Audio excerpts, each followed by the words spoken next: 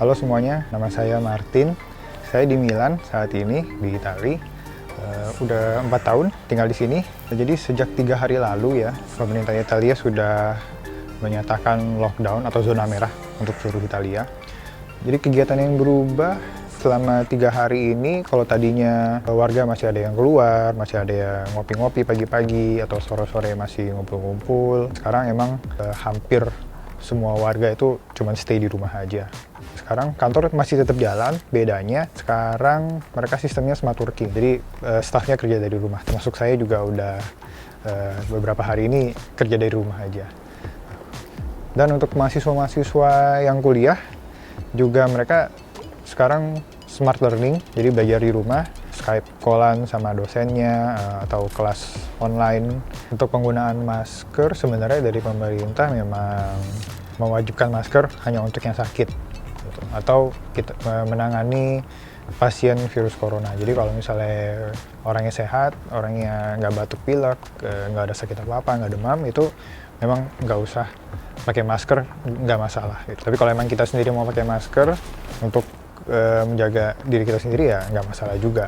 Tapi orang-orang Italia sendiri sedikit sekali ketemu orang Italia yang pakai masker. Ya, mungkin karena mereka mengikuti anjuran dari pemerintah dan WHO itu.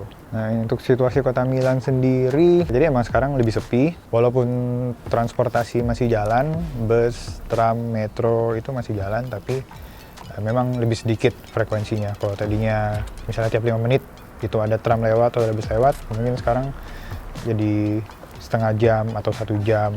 Di supermarket untuk sekarang kondisinya sudah kondusif ya.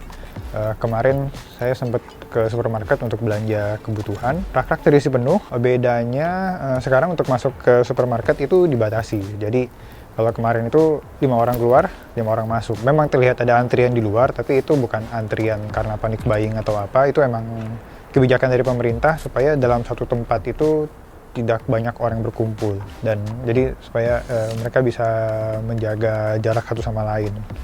Karena dari peraturannya untuk menjaga jarak minimal 1 meter.